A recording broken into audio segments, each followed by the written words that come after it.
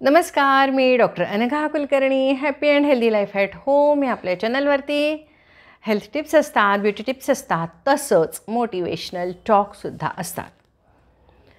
आज आता थोडासा माझा चेहरा खूप सारा वेगळा वाटत असेल तुम्हाला, कारण आजच मी डाय केलेला आहे. जवळजवळ 12 दिवसांनी आज डाय केला मी, कारण घामामुळं केस इतके खाजायला लागले होते.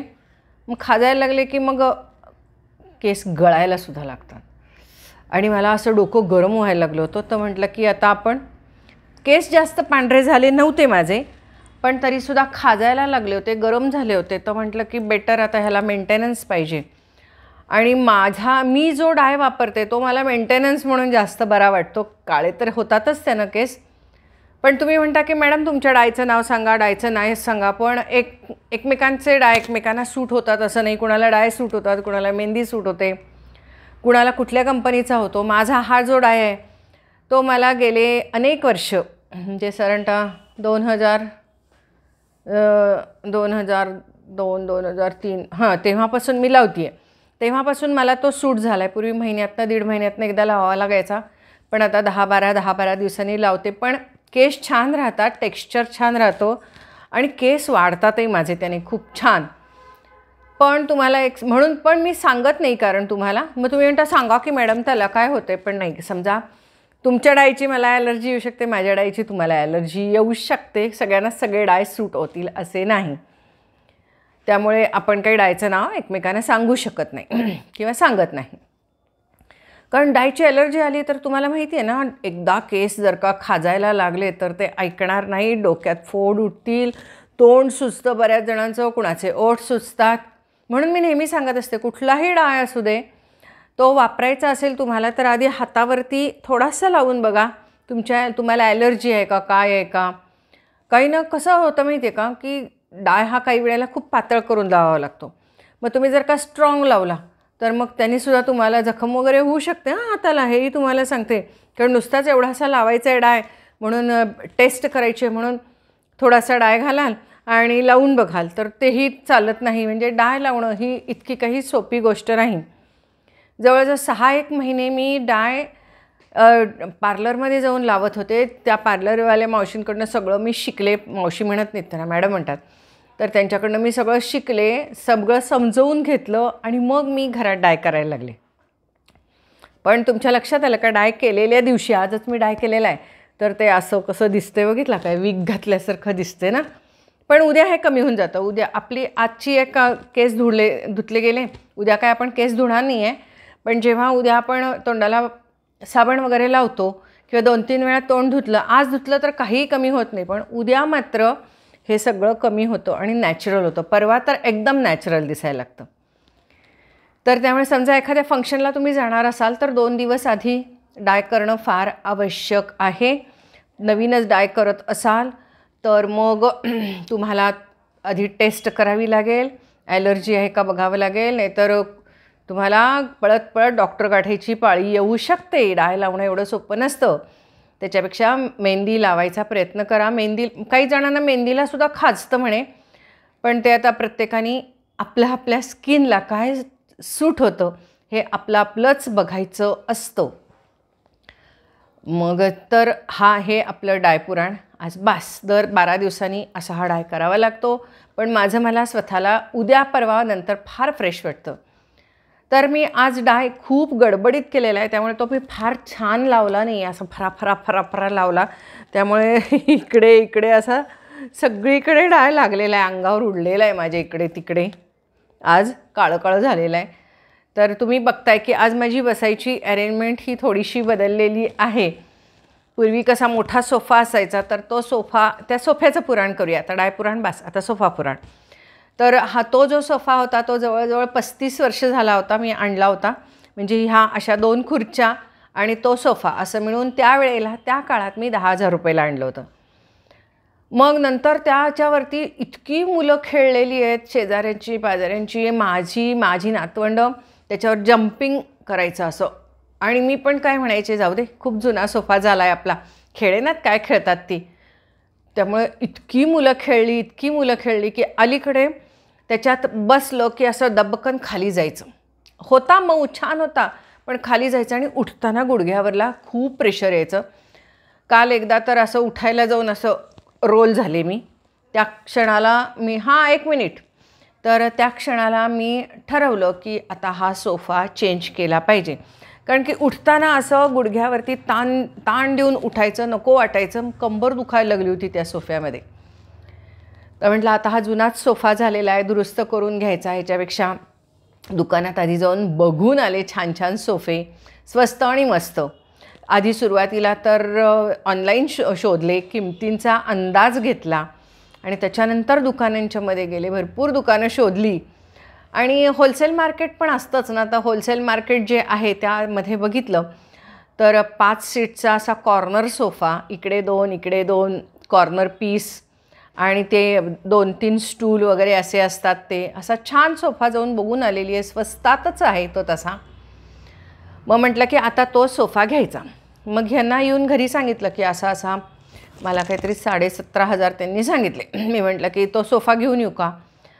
तर सहज बोलता बोलता आमचं झालं की आधी आपण कलर करणं फार आवश्यक आहे आणि मग सोफा करूया. का सांगते मी तुम्हाला, म्हणजे नालासाठी घोडा कसं झालं आज आमचं झालं सांगते. तर मग तो सोफा, हा जो सोफा होता मी तुम्हाला सांगते, तर हा जो सोफा होता तो मी काढला. म्हटलं आता यालाच देऊन टाकावा, कुठे भंगारमध्ये देऊन टाकावा. पण तेवढ्यात एक जण मावशी म्हणल्या की नाही आम्ही दुरुस्त करून घेतो. म्हटलं घेऊन जावा. बरं झालं त्यांना देऊन टाकला तसाच. तर त्यामुळे आता त्या मावशींच्याकडे जाऊन बघून आले तर मस्त तो सोफा बसलेला आहे. पण मी म्हटलं ह्याच्यावर गादी घाला, नाही तर ते खाली बसताना लागेल कुठंतरी. तर छान त्यांनी तो मस्त पुसून बिसून त्यांच्या घरात तो चांगला सेट झाला आहे. बघूया आता तिथे किती वर्ष राहतो तो सोफा.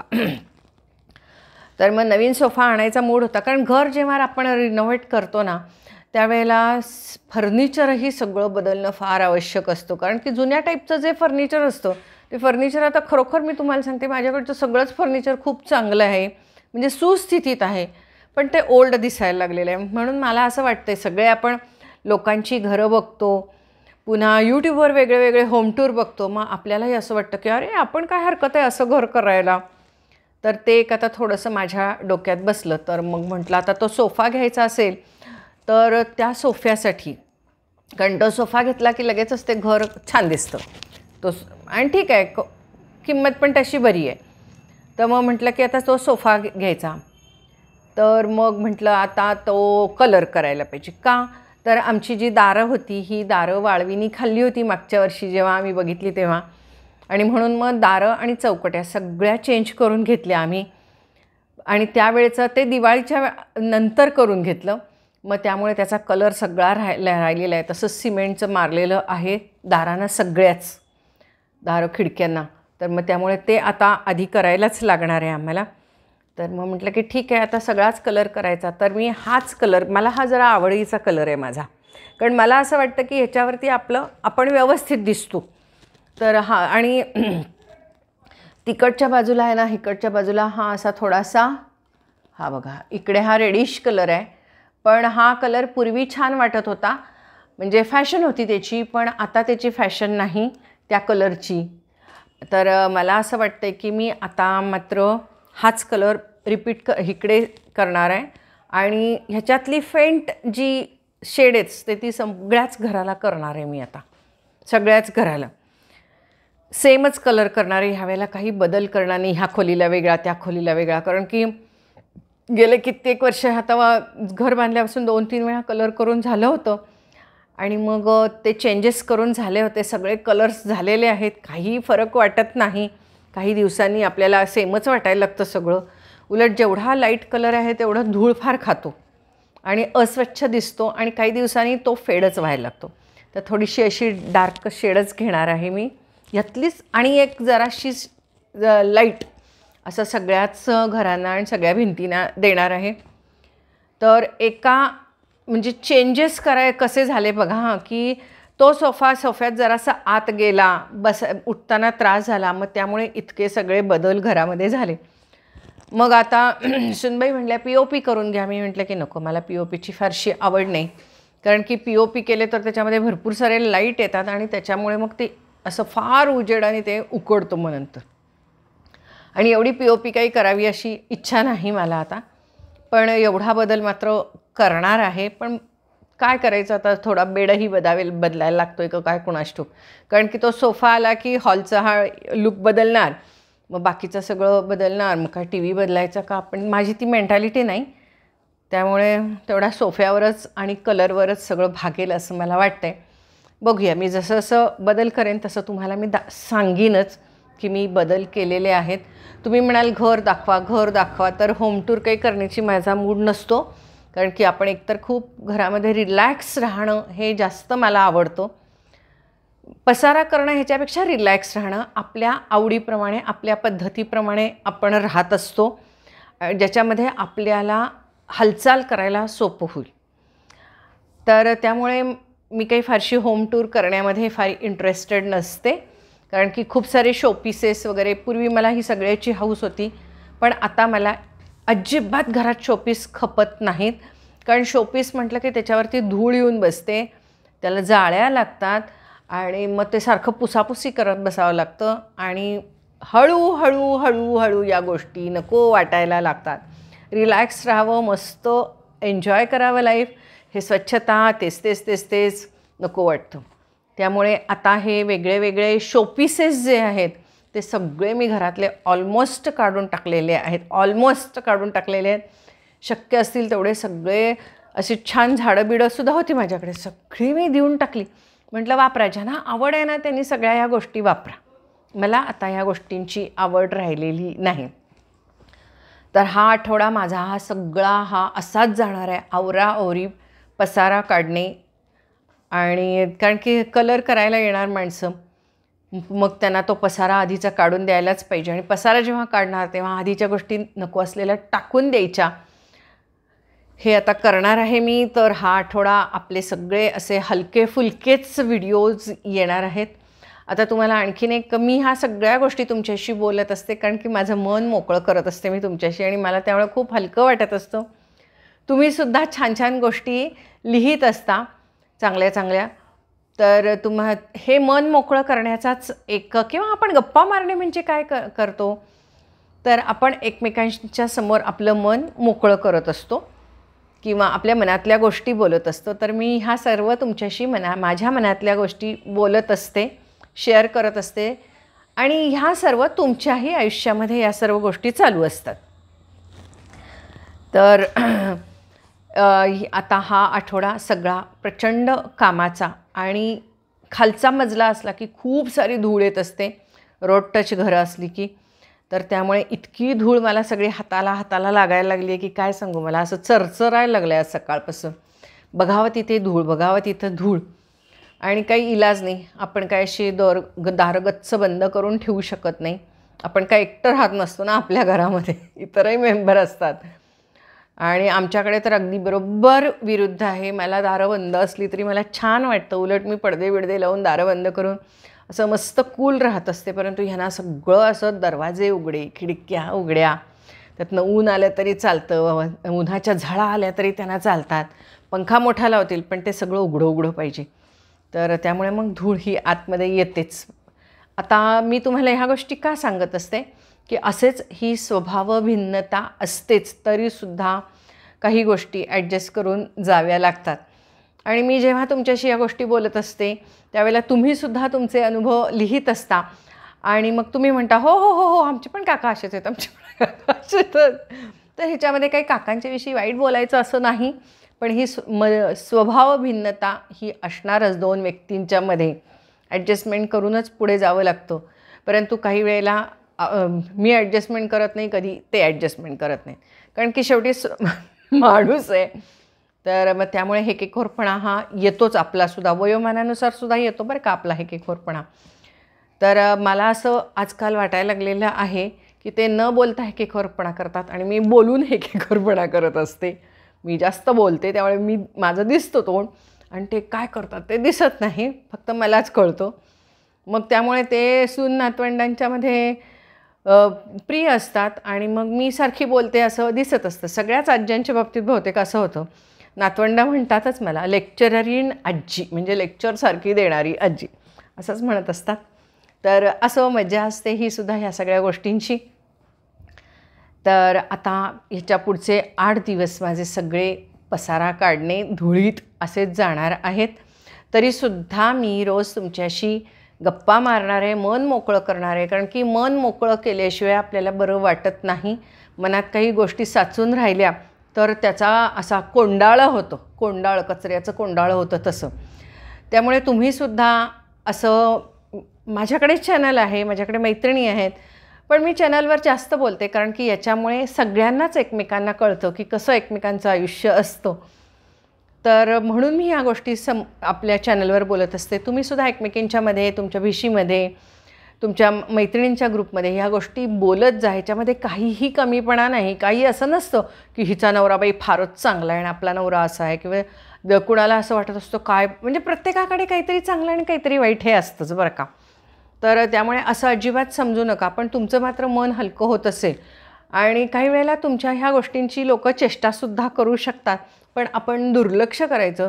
कारण की आपलं मन मोकळं हे जास्त महत्त्वाचं असतं. कारण की मला कमेंटमध्ये विचारत असता तुम्ही, मॅडम आम्हाला मन मोकळं करायचं असतं, परंतु समोरचे व्यक्ती त्याच्या चेष्टा करतात, चर्चा करतात आणि बातमी करून टाकतात त्याची 4 लोकांच्या समोर. आणि खरंच आहे, कारण की समजा एखादा आपण गोष्ट बोलायला गेलो तर समोरची व्यक्ती जी असते तिच्यासाठी तो एन्जॉयमेंट असते, फक्त टाईमपास असतो. तर त्यामुळे समोरची व्यक्ती त्याची बातमी करून त्याची चर्चा करू शकते.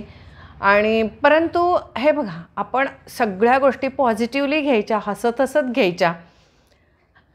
म्हणजे तुम्हाला जरी कोणी चेष्टेने विचारलं काही गोष्टी, तरी आपण त्याच्यासाठी उत्तर देण्यासाठी तयार पाहिजे. आणि सगळ्यात महत्त्वाचं की तुम्ही हे लक्षात ठेवा की आत्ताचा जो क्षण आहे किंवा आत्ताचा जो प्रसंग आहे तो फक्त आत्ताचाच आहे, तो कायमस्वरूपी नाही आहे. त्यामुळे एखादी गोष्ट काही घडली, त्याचं जर का तुम्हाला असं टेन्शन आलं, स्ट्रेस आला किंवा दुःख वाटलं, तर ते लगेच आपल्या माहितीच्या किंवा ओळखीच्या मैत्रिणीसमोर मोकळं होऊन टाका, की जी फार त्याची चर्चा करणार नाही आणि फारसं ते त्याच्यात लक्षही घालणार नाही. अशा मैत्रिणीसमोर मोकळं व्हा. आणि तसं जर जमलं नाही तुम्हाला, एखादी मैत्रिणी सगळ्यांनाच असेल असं नाही आहे, तर मग मी तुम्हाला एक अगदी छान कल्पना सुचवते. तुमच्या सगळ्यांच्याकडे मोबाईल फोन आहेत, तर असंच मी बसते तसं बसायचं, सेल्फी कॅमेरा लावायचा, आपल्याला जे बडबड करायचं ते करायचं आणि ते बडबड केलेलं रेकॉर्ड करायचं, सेव्ह करायचं आणि नंतर 1-2 वेळा ते आपण ऐकायचं. आठवडाभर ठेवायचं ते, 1-2 वेळा ते ऐकायचं. आणि 1-2 वेळा ऐकलं की तुमच्या लक्षात येतं, त्याच्यात काय खरं नाही, उगाचच आपण ते सगळं त्याला एवढं महत्त्व दिलं. आणि मग नंतर एक दिवस आपण डिलीट करून टाकतो बरं का.